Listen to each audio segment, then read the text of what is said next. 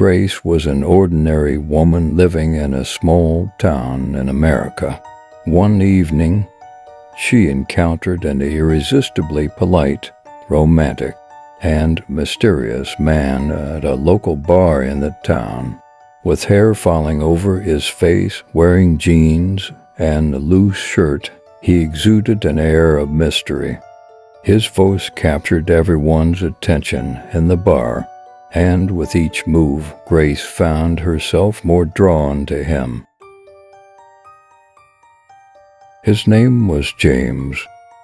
James, who had never paid any attention to Grace before, unexpectedly appeared by her side with a bottle of drink in hand. Engaging in confident conversation, James unintentionally captivated Grace. The time spent with him turned into an unforgettable memory for Grace. James's interest had enchanted Grace. Their conversations were romantic and mysterious. He behaved like a character from a novel. As the bar was closing, James suggested taking a stroll. There was much to talk about. The weather was clear and warm. The stars were shining brightly. Everything made the night even more enchanting. The pair drove the car towards the outskirts of the town, heading to a quiet and isolated place deep within the forested land. As James's car navigated through the trees, there was a mysterious atmosphere in the air. However, within this atmosphere, Grace didn't notice the dark secrets of the men accompanying her. She was so captivated by the charm of the new acquaintance that she wasn't paying attention to where they were. When the car stopped, James pointed out an old cabin standing in a clearing in the forest to Grace. Grace mentioned not knowing if anyone was inside and who the cabin belonged to, feeling uneasy and wanting to turn back. However, James assured her that it wouldn't be a problem. Trying to show that the cabin was abandoned, he told Grace not to let this ruin their night. Grace was convinced, and they entered the cabin. There was a heavy atmosphere, as if no one had been there. For a long time, the scent of darkness and mystery lingered in the air. As the two young people began to experience romantic moments, everything progressed with intense passion. However, the atmosphere started to change. James's smile turned cold and eerie in an instant. His behavior towards Grace became harsh and masochistic. Instead of enjoying herself, Grace began to feel pain and discomfort. Despite politely asking him to stop, James seemed oblivious to her requests.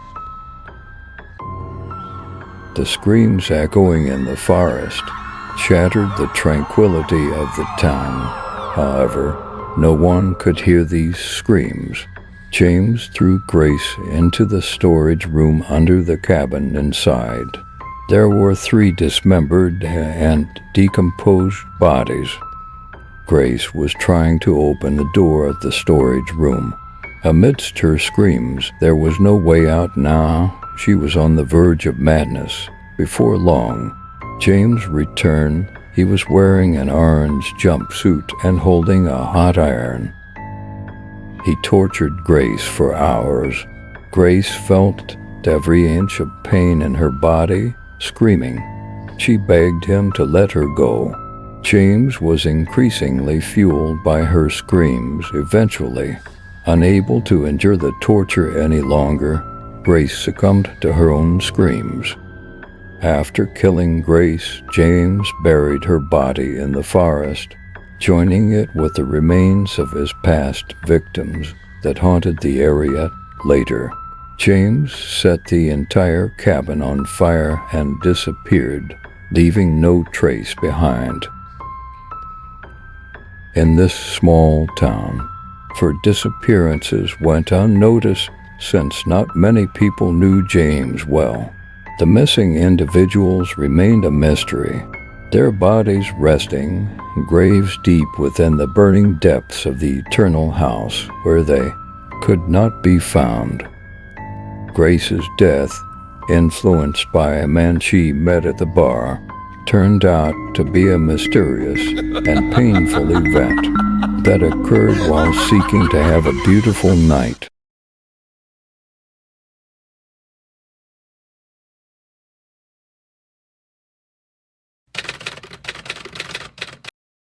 Martin was traveling in a small town in Latin America when he decided to stay at a local hostel.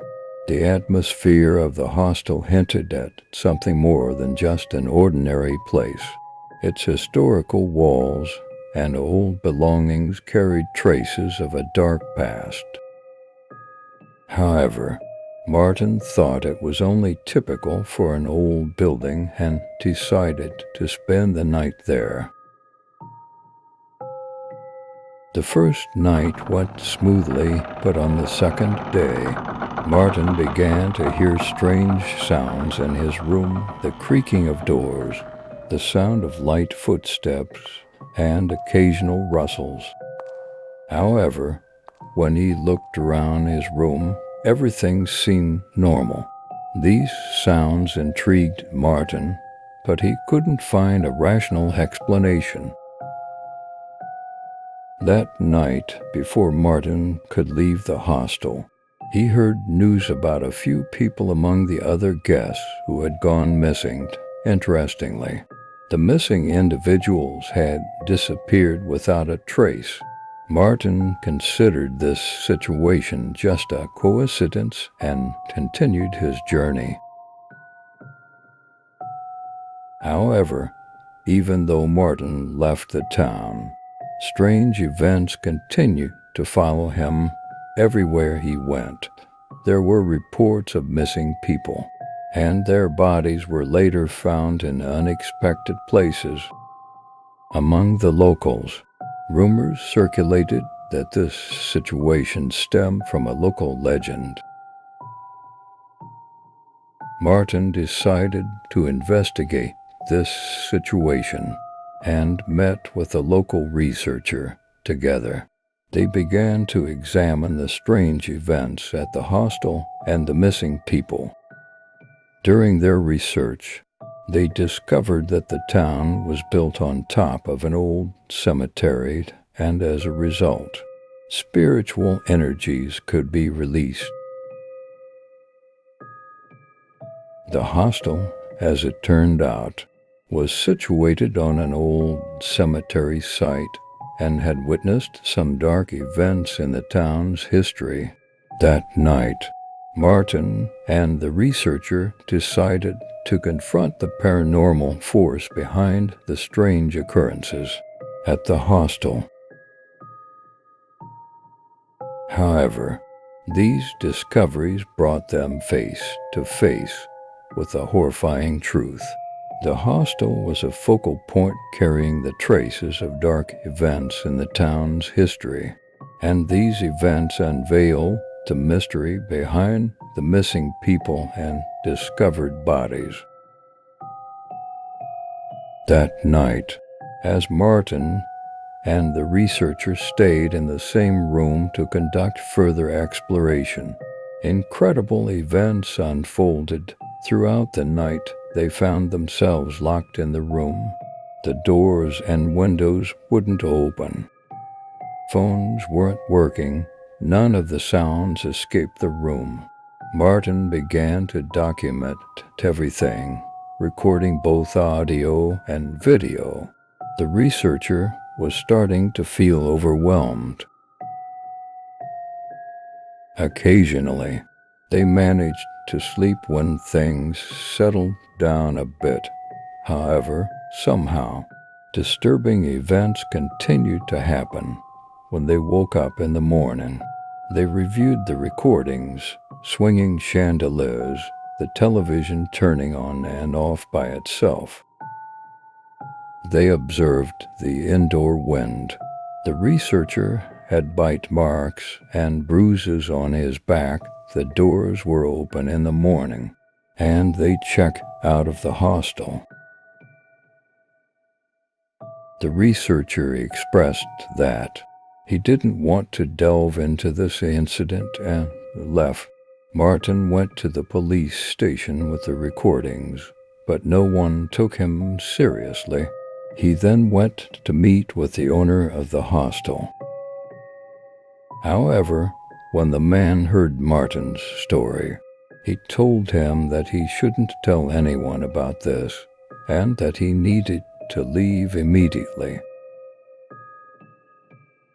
Finding a nearby church, Martin shared the events with the church priest. The priest advised Martin not to meddle with this incident. When Martin left the church, he saw a crowd and a police car in front of the hostel. Approaching the scene, he learned that the researcher he had stayed with the previous night was found dead. Without getting caught by the police, he distanced himself from the area and decided to leave the city and return home. The researcher's death deeply affected Martin. He began to blame himself, thinking that it was because of him that the researcher died. Feeling like he had triggered something, Martin was not at ease in his own home. He didn't want to leave the house, yet he felt disturbed by something within it. As days passed, Martin began to believe that the researcher's spirit was present in the house with him. He would find the television on. Sometimes water would flow spontaneously from the faucets. At night he heard strange sounds, as if someone was clawing at the floorboards, and voices calling out to him. He was on the brink of madness. He tried drinking and getting drunk to drown out the voices in his head, but Martin was not alone. The curse had been awakened, and he was now living with that curse, unable to bear the fear-filled nights and the haunting sounds. He threw himself off the balcony of his house. His soul was now trapped, cursed for eternity. No one knew why Martin fell from the balcony. Was it suicide? Was it murder? What was Martin's problem? These questions remained intertwined with death, unanswered. The reason why the young man died, along with the curse he carried, would forever remain hidden.